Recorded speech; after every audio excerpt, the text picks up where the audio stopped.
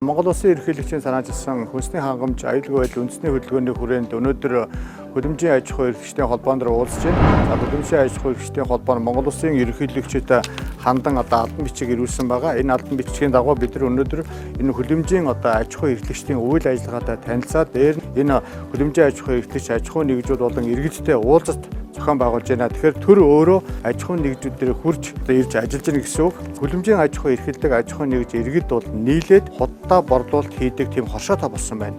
Энэ хоршоогоороо дамжуулаад өөрсдөө худалдаа борлуулалтаа хийдэг. Тэгтээ мэдээж эрүүл ахуйн шаардлага хангасан ногоогоор Монголынхаа ард иргэдийг хангах ийм зорилготой ийм хоршоо байгуулагдсан. Энэ бол маш сайн байна. Хүнсний хөрслийн хүрээнд маш олон сайхан шийдвэрүүд гарч байгаа. Нэг хэсэг нь бол тоног төхөөрөмжийг импортын гайлан дотроос чөлөөлж байгаа. Мөн давтрынх нь 90% буцаан олголт хийж байгаа. Мөн бага хүйтээ урт хугацаатай зээл олголт эхэлж байна. Энэ зээлийн авах боломжгүй барьцаа хөрөнгийн боломжгүй иргэд аж ахуй нэгжүүдийг зээлийн батлан даалтын сан дааж байгаа гэх мэт төрөөс маш олон сайхан шийдвэрүүд хүнсний хөрслийн хүрээнд гараад хэрэгжээд явж байгаатай бол газар дээр нь танилцж байна.